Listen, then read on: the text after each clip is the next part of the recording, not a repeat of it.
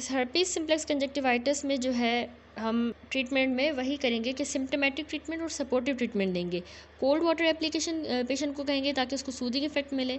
Antiviral मैंने आपको बताया कि इतनी यूज़फुल नहीं है सिंपल फॉलिकुलर कंजक्टिवाइटिस में, तो ये सिर्फ जब कॉर्निया की इन्वॉल्वमेंट हो जाए या कॉर्निया में लेशंस बन जाए तब हम एंटीवायरल ड्रग्स देते हैं। एंटीबायोटिक्स मैंने आपको बताया कि सेकेंडरी इन्फेक्शन को प्रिवेंट करने के लिए हम देते हैं। और स्टेरॉइड्स याद रखिएगा कॉन्ट्रा इंडिकेटेड होते हैं, लेकिन समटाइम्स हम जो है ना डाइल्यूट कंसनट्रेशन में स्टेरॉइड्स यूज़ कर सकते हैं ताकि सिम्टोमेटिक रिलीफ मिले। दैट्स इट, ये कंप्लीट हुआ हर्पीस सिम्प्लेक्स वायरस कंजक्टिवाइटिस। उसके बाद अगला वायरस है मोलस्कम कंटेजियोजम कंजक्टिवाइटिस। इसकी डेफिनेशन यही है कि मोलस्कम कंटेजियोजम जो है ये वायरल इन्फेक्शन होता है स्किन का, और लेस कॉमनली ये कंजक्टिवा का है। ठीक है, वैसे ये वायरल इन्फेक्शन स्किन का है लेकिन लेस कॉमनली कंजक्टिवा का। तो ये कॉज क्या है, ये हमारा डबल स्ट्रैंडेड जो डीएनए वायरस है पॉक्स वायरस, उसकी वजह से ये डिजीज़ होती है। ठीक है, डबल स्टैंडर्ड होता है ये। अब ये डायरेक्ट कांटेक्ट की वजह से स्प्रेड होता है। इसमें वायरल पार्टिकल्स जो है ना आईलिड पे जो लेशंस बन जाती हैं उनमें से शेड हो रहे होते हैं या रिलीज़ हो रहे होते हैं हमारी टीयर फिल्म के अंदर, तो वो जाके फॉलिकुलर कंजक्टिवाइटिस करवा देंगे। तो हमने कहा ना ये स्किन का असल में इन्फेक्शन है, स्किन पे लेशन हुई है, वो शेड हुआ है, टीयर फिल्म के अंदर वायरस गया है और फिर उसने फॉलिकुलर कंजक्टिवाइटिस करवाया है। अब ये बच्चों में और यंग एडल्ट्स में बहुत ही कॉमन डिजीज़ है और इसमें extensive facial and eyelid lesions जो है हो सकती हैं एड्स की एसोसिएशंस के साथ। ठीक है, एड्स डिजीज़ के साथ हो सकता है ये। क्लिनिकल फीचर्स देखेंगे हम तो मोलस्कम कंटेजियस कंजक्टिवाइटिस वाले जो पेशेंट्स होते हैं ना उनको क्रोनिक यूनिलेटरल इरिटेशन हो सकती है, इसके साथ हम वो प्रेजेंट कर सकते हैं। और म्यूकोइड डिस्चार्ज, देखिए आप यहाँ पे वाटरी डिस्चार्ज नहीं है, याद रखना है म्यूकोइड डिस्चार्ज होगा इस डिजीज़ में। तो म्यूकोइड डिस्चार्ज के साथ साथ उनको यूनिलेटरल क्रोनिक इरिटेशन होगी।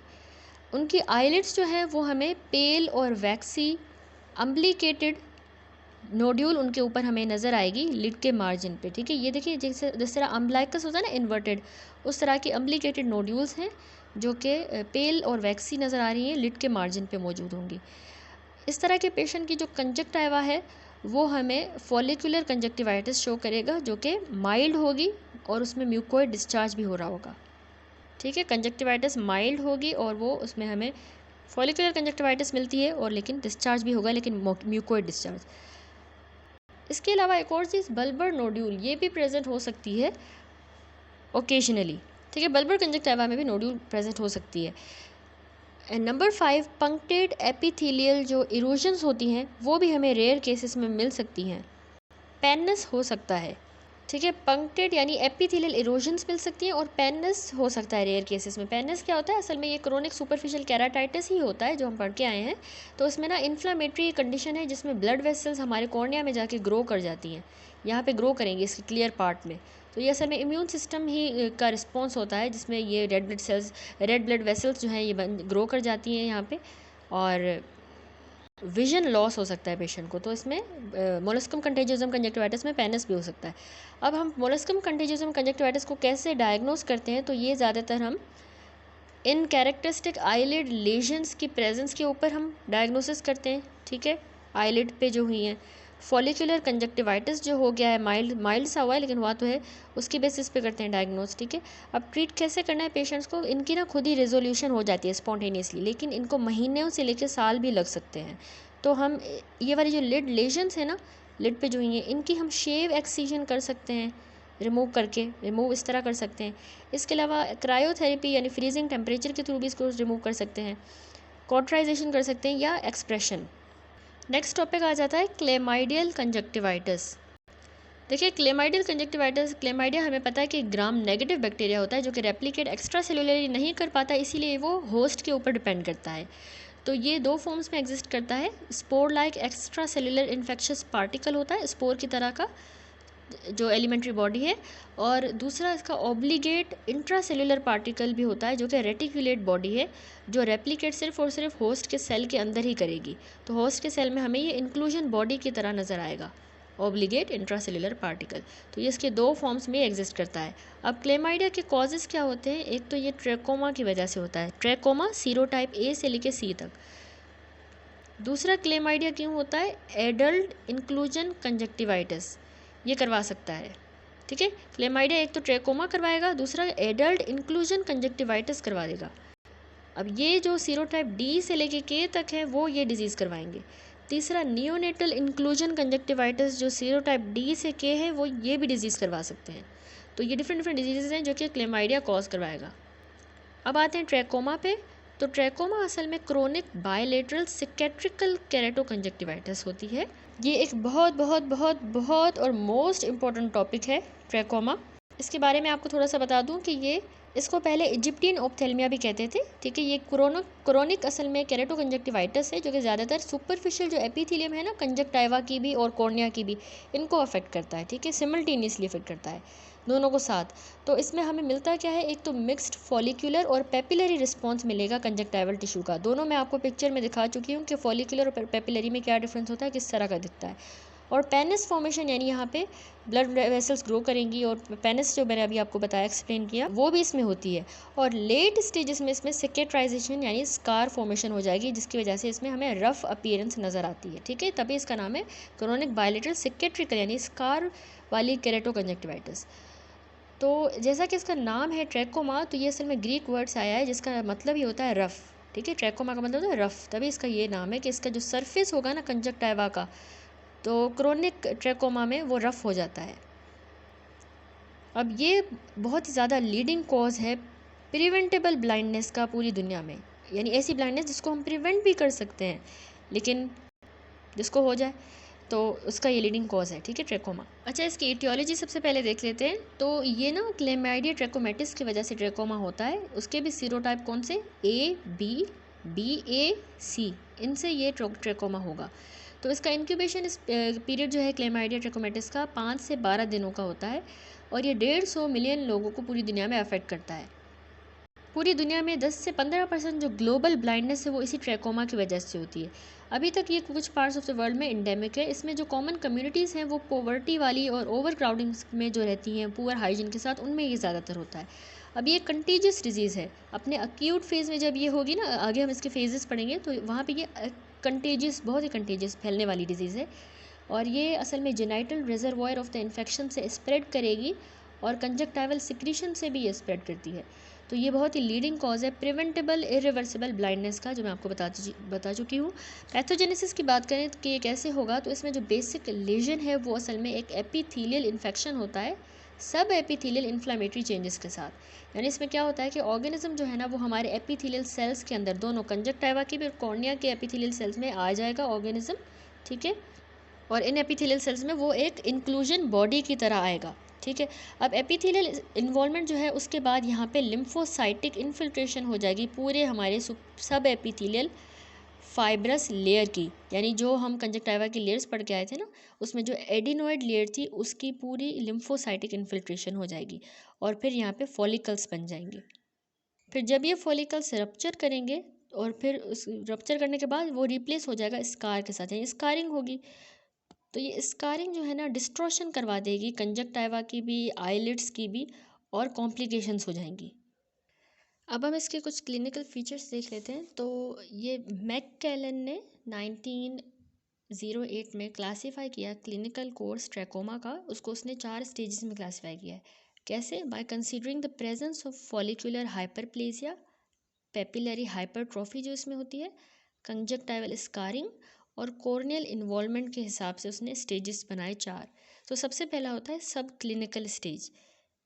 इसमें बहुत ही थोड़े से मिनिमल से सिम्टम्स होते हैं, ठीक है। इसमें कंजक्टाइवल रिएक्शन भी जो है ना बिल्कुल लो ग्रेड का होता है, डिस्चार्ज भी बिल्कुल थोड़ा सा होता है, मिनिमल, और इमेच्योर फॉलिकल्स हमें अपर टार्सल कंजक्टाइवा में नज़र आते हैं, ठीक है। सिम्टम भी मिनिमल है, कंजक्टाइवल रिएक्शन भी लो ग्रेड का है, डिस्चार्ज भी इसमें बहुत ही थोड़ा सा होगा और इमेच्योर फॉलिकल अपर टार्सल कंजक्टाइवा में नज़र आएंगे। और लास्ट में कि हमें कॉर्निया की इन्वॉल्वमेंट जो है उसमें हमें पंक्टेड एपिथेलियल केराटाइटिस मिलता है typically upper part of the cornea में, ठीक है। उसमें एपिथेलियम का लॉस हो जाएगा, केराटाइटिस हो जाएगी। तो ये सब क्लिनिकल स्टेज हो गया। दूसरा स्टेज 2 होता है जो कि टिपिकल ट्रैकोमेटस स्टेज होता है। अब इसमें क्या होगा, यहाँ पर ये फिगर भी देखते जाएं, स्टेज 2 है ट्रैकोमेटस इन्फेक्शन का, ठीक है, इन्फ्लामेशन का। तो इसमें क्या होता है कि एक्टिव सिम्टमेटिक स्टेज होता है जिसमें बहुत ज़्यादा वाटरिंग भी होगी, फोटोफोबिया भी होगा पेशेंट को, और उसको फॉरेन बॉडी सेंसेशन स्टेज 2 में होगी। इसमें अब डिस्चार्ज जो है ना मिनिमल नहीं है, यहाँ पे म्यूकोपरुलेंट डिस्चार्ज हो जाएगा, म्यूकोपरुलेंट। और इसमें फॉलिकुलर हाइपरप्लेजिया बहुत ज़्यादा हमें मिलता है। ये इसका एसेंशियल फीचर है ट्रैकोमा का। अब ये कहाँ पे अपीयर होंगे? ये टार्सल कंजक्टाइवा पे और जो फोर्निक्स है यहाँ पे ये अपीयर होंगे। फॉलिकल्स जो हैं बल्बर कंजक्टाइवा पे रेयर होते हैं, लेकिन अगर प्रेजेंट होंगे तो ये पैथोग्नोमिक ट्रैकोमा के ही होते हैं। फॉलिकल्स जो है इनका साइज़ 0.5 से लेके 5 मिलीमीटर हो जाएगा डायमीटर में, और ये सिर्फ तभी एक्सप्रेसिबल होते हैं, यानी ये ओनली जो है एक्सप्रेसिबल फॉलिकल्स हैं, जो कि सारे फॉलिकुलर कंजक्टिवाइटिस की टाइप्स में से ये वाली जो है इसमें हमें ज़्यादा विजिबल होते हैं ट्रैकोमा में। चौथा पॉइंट ये है कि स्टेज 2 में ना पेपिलरी हाइपरट्रॉफी जो है वो प्रीडोमिनेट कर सकती है और इस फॉलिकुलर रिस्पॉन्स को मास्क भी कर सकती है, पेपिला की भी हाइपरट्रॉफी। कॉर्नियल पेनस, कॉर्निया में जो है पेनस फॉर्मेशन मैंने आपको बताया, ब्लड वेसल्स बन जाती हैं, तो वो भी हमें सब एपिथेलियल कॉर्नियल वेस्कुलराइजेशन असल में ये मिलती है कॉर्नियल पेनस लिम्फोइड इन्फिल्ट्रेशन के साथ।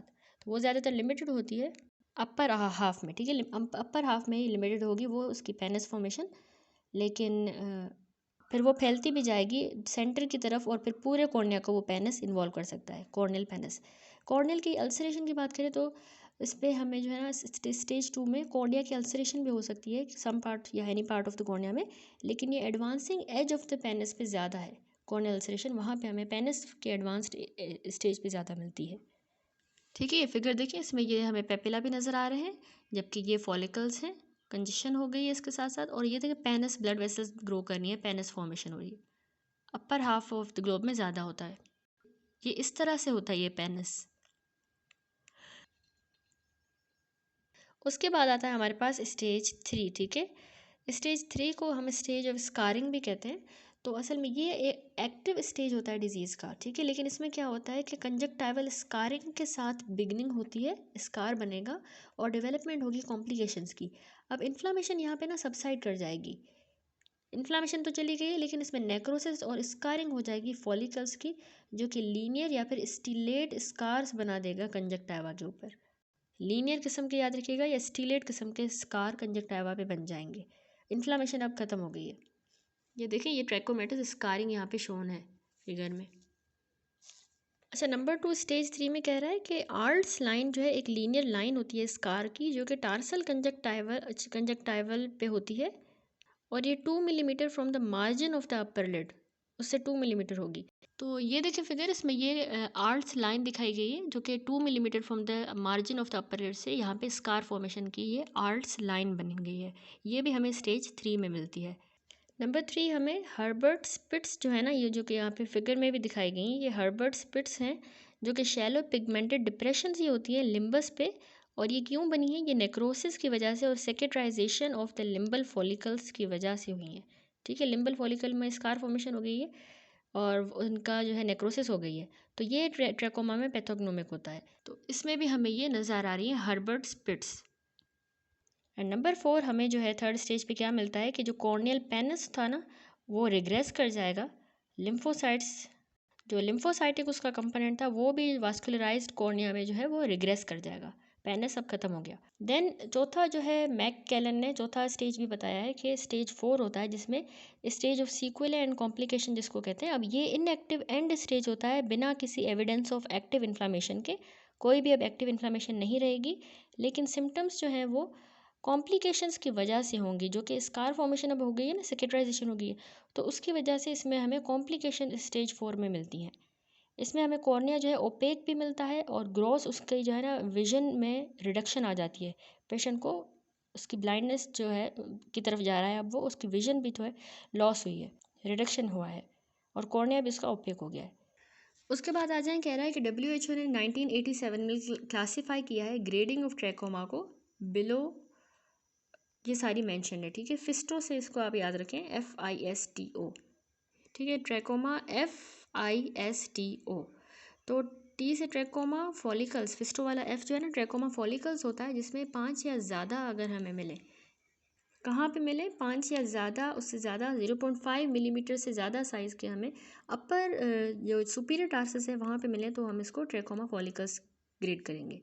फिर ट्रैकोमा इन्फ्लामेशन होगा जब ना डिफ्यूजली वो पूरी टार्सल कंजक्टाइवा को इन्वॉल्व करे, ठीक है, और 50% से ज़्यादा ऑब्सक्योर कर दे, या फिर उससे भी ज़्यादा नॉर्मल डीप टार्सल वेसल्स को यानी बिल्कुल ही ऑब्सक्योर कर दे, इतनी ज़्यादा उस टार्सल कंजक्टिवा में इन्फ्लामेशन हो जाए, तो इसको हम TI कह देंगे यानी ट्रैकोमेटस इन्फ्लामेशन। दूसरा कहा उसने TS यानी ट्रैकोमेटस सब कंजक्टिवल स्कारिंग, ठीक है, ये भी एक उसने ग्रेड किया है। देन TT यानी ट्रैकोमेटस ट्राइकियासिस हो जाए, यानी एटलीस्ट एक जो लैश है वो टच कर रही हो ग्लोब को जाके, ठीक है।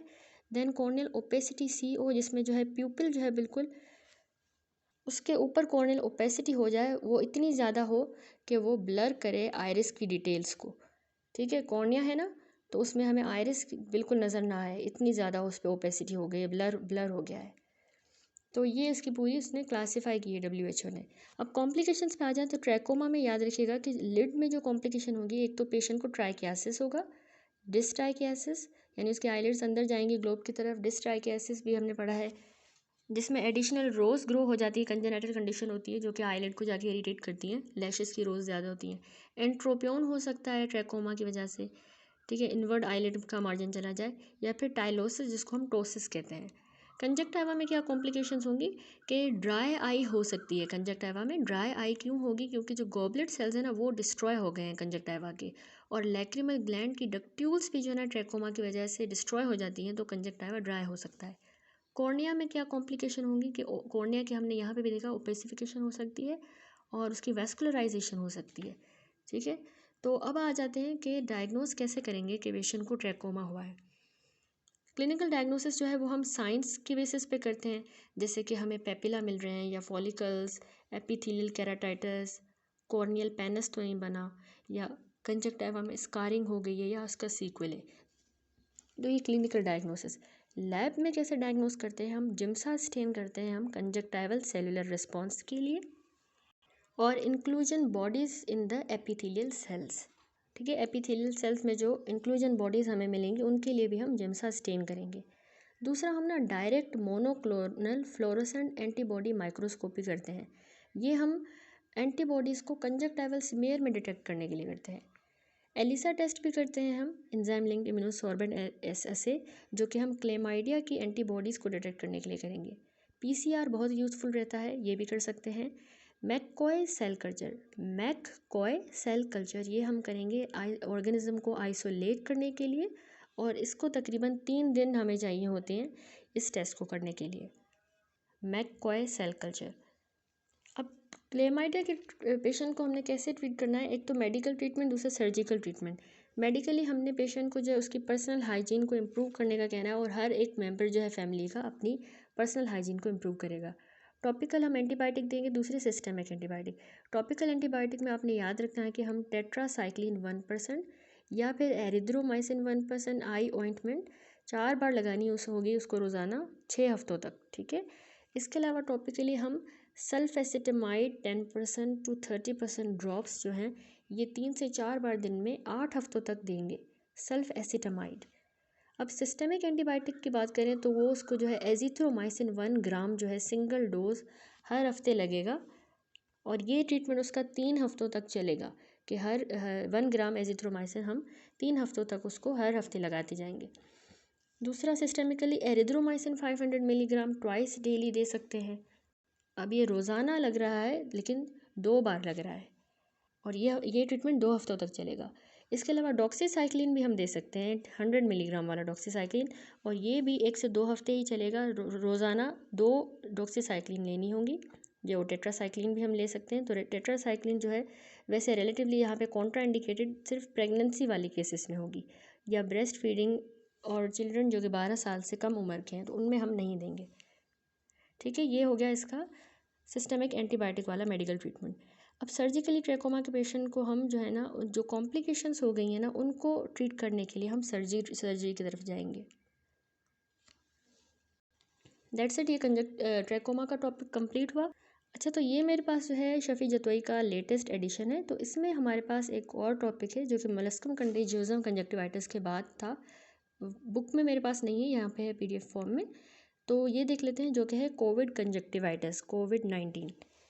ये क्यों होता है, इसकी एटियोलॉजी अभी जो आया था हमारा कोरोना वायरस डिजीज़ 2019 में। तो कोविड-19 एक इन्फेक्शियस डिजीज़ है जो कि सार्स कोविड कोविड-2 वायरस होती है, ठीक है, सार्स कोविड-2।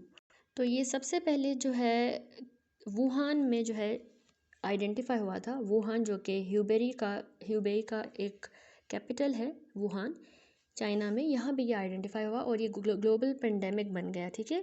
ये हाईली एक transmissible severe acute respiratory syndrome करवाता है, सार्स करवाता है, ठीक है, कोविड। तो ये कोरोना वायरस कंजक्टिवाइटिस जो है ना, ये one of the ocular manifestation है सिस्टेमिक कोरोना वायरस डिजीज़ की। सिस्टेमिक की ये ओक्यूलर जो है डिजीज़ है जिसको हम कोविड कंजक्टिवाइटिस कहते हैं। तो अब इसकी जो प्रेवेलेंस है पेशेंट्स में जिनको कोविड-19 है, उनमें 2 to 32% पेशेंट्स को ये होता था। अब इसका मोड ऑफ ट्रांसमिशन इस तरह है कि ये डायरेक्ट इनोकुलेशन ओक्यूलर टिश्यूज़ की, हमारे आँख के टिश्यूज़ की रेस्पिरेटरी ड्रॉपलेट्स की वजह से हो सकती है, या फिर एरोसोलाइज्ड वायरल पार्टिकल्स से, यानी वो डायरेक्ट हमारी आंखों में जाएं, उनको टच करें रेस्पिरेटरी ड्रॉपलेट्स वगैरह, तो ये इन्फेक्शन हो रहा था। इसके अलावा नेज़ोफेरिंक्स से भी इसी वायरस की माइग्रेशन हो रही थी नेज़ो लैक्रिमल डक्ट के थ्रू, ठीक है, जो हम लैक्रिमल सिस्टम में देख के आए, naso lacrimal duct. Haematogenous spread भी हो रहा था लैक्रिमल ग्लैंड्स के थ्रू, ठीक है, ब्लड के थ्रू भी ये स्प्रेड कर रहा था। अब इसमें क्लिनिकल फीचर कुछ इस तरह थे कि इसमें फॉलिकुलर कंजक्टिवाइटिस ही हो रहा था।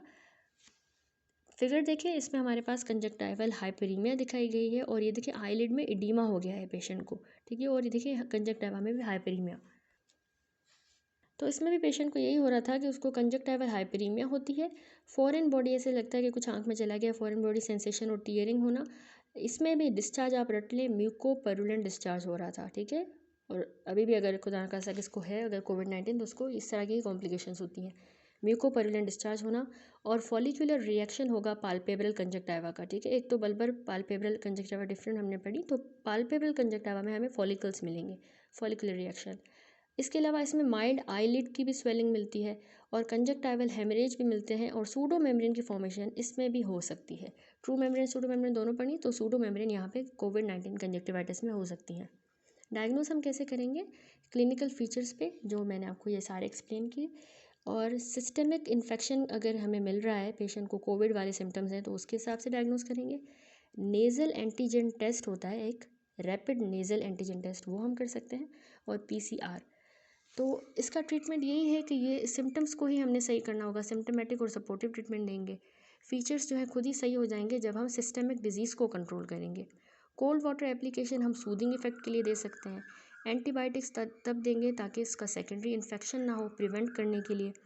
और स्टेरॉइड्स जो है हम याद रखिएगा हमेशा डाइल्यूट कंसनट्रेशन में, यानी वीक स्टेरॉइड दे सकते हैं ताकि सिम्टमेटिक रिलीफ मिले।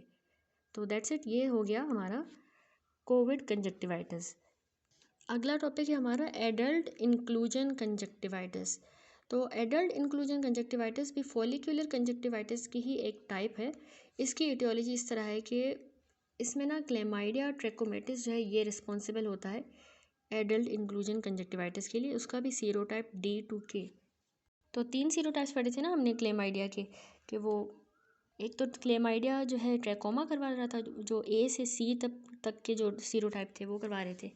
तो हमने ट्रैकोमा पूरा डिस्कस कर लिया। अब हम पढ़ रहे हैं एडल्ट इंक्लूजन कंजक्टिवाइटिस। तो ये D2K वाला जो है सीरोटाइप वो करवाता है। तो ये ज़्यादातर सेक्सुअली ट्रांसमिटेड डिजीज़ है और ये उन पेशेंट्स में होती है जिनको क्लेमाइडियल यूरिथ्राइटिस हो और सर्विसाइटिस हो। तो हैंस इन्फेक्शन जो है ना वो ज़्यादातर विनेरियल नेचर का है। अब ये कॉमनेस्ट है सेक्सुअली एक्टिव यंग एडल्ट्स में, और इसमें जो आई है वो इन्फेक्ट होती है डायरेक्ट या फिर इनडायरेक्ट कॉन्टैक्ट के through with the infected genitals. Other mode of transmission इसमें यह है कि आई कॉस्मेटिक्स कोई शेयर करे अगर इन्फेक्टेड पर्सन, या फिर कंटेमिनेटेड स्विमिंग पूल से भी ये एडल्ट इंक्लूजन कंजक्टिवाइटिस जो है स्प्रेड होता है। अब आ जाते हैं इसके क्लिनिकल फीचर्स पे। तो सिम्टम्स जो है बिल्कुल वैसे ही होंगे जैसे कि अक्यूट म्यूकोपरुलेंट कंजक्टिवाइटिस में थे, यानी इसमें भी ocular discomfort, foreign body sensation and discharge. Science क्या होंगे जो हमें मिलेंगे कि पेशेंट को म्यूकोपरुलेंट डिस्चार्ज होगा, पस वाला और म्यूकस वाला। कंजक्टिवा की हाइपरीमिया हो जाएगी। फॉलिकल्स हमने कहा ये फॉलिकुलर कंजक्टिवाइटिस है, तो ये फॉलिकल्स हमें लोअर कंजक्टिवा में ज़्यादातर मिलेंगे, मोस्ट इंपॉर्टेंट पॉइंट लोअर में। अब कॉर्निया में याद रखिएगा कि हमें सुपरफिशियल एपिथेलियल केराटाइटिस भी मिल सकता है upper half of the cornea में, और ये बहुत ही फ्रीक्वेंट फाइंडिंग होती है इसमें एडल्ट इंक्लूजन कंजक्टिवाइटिस में, ठीक है, कॉर्निया के भी सुपरफिशियल पार्ट में, अपर हाफ में। और इससे पेशेंट्स की जो प्री ऑरिकुलर लिम्फेडेनोपैथी ये भी इनमें कॉमन है। तो क्लिनिकल इन फीचर्स पे हम इसको डायग्नोस करेंगे और लैब इन्वेस्टिगेशन हमें ट्रैकोमा की तरह की ही मिलती है, वही वाली करेंगे जो हम ट्रैकोमा में कर रहे थे लैब इन्वेस्टिगेशन, जिसमें जिम्सा स्टेनिंग थी, direct monoclonal fluorescent antibody microscopy हमने की थी, एलिसा किया, पीसीआर और मैककॉय सेल कल्चर। ठीक है, अब ट्रीट हमने कैसे करना है इस तरह के पेशेंट्स को, तो हम एजिथ्रोमाइसिन का 1 ग्राम सिंगल डोज देते हैं। ये ट्रीटमेंट ऑफ चॉइस है, बहुत इंपॉर्टेंट है एजिथ्रोमाइसिन का। 500 मिलीग्राम की एरिथ्रोमाइसिन 2 बार दिन में 7 दिनों तक देंगे, और 2 बार दिन में 7 दिनों तक हम डॉक्सीसाइक्लिन 100 मिलीग्राम भी दे सकते हैं। दैट्स इट, ये हो गया कंप्लीट। अब आते हैं नेक्स्ट टॉपिक पे, जो कि है नियोनेटल कंजक्टिवाइटिस, जिसको हम ऑप्थेल्मिया नियोनेट्रम कहेंगे। अब ये क्लेमाइडल कंजक्टिवाइटिस की जो है तीसरी कॉज थी, जो क्लेमाइडिया कॉज करवा रहा था। इसमें भी सीरोटाइप D2K ही है।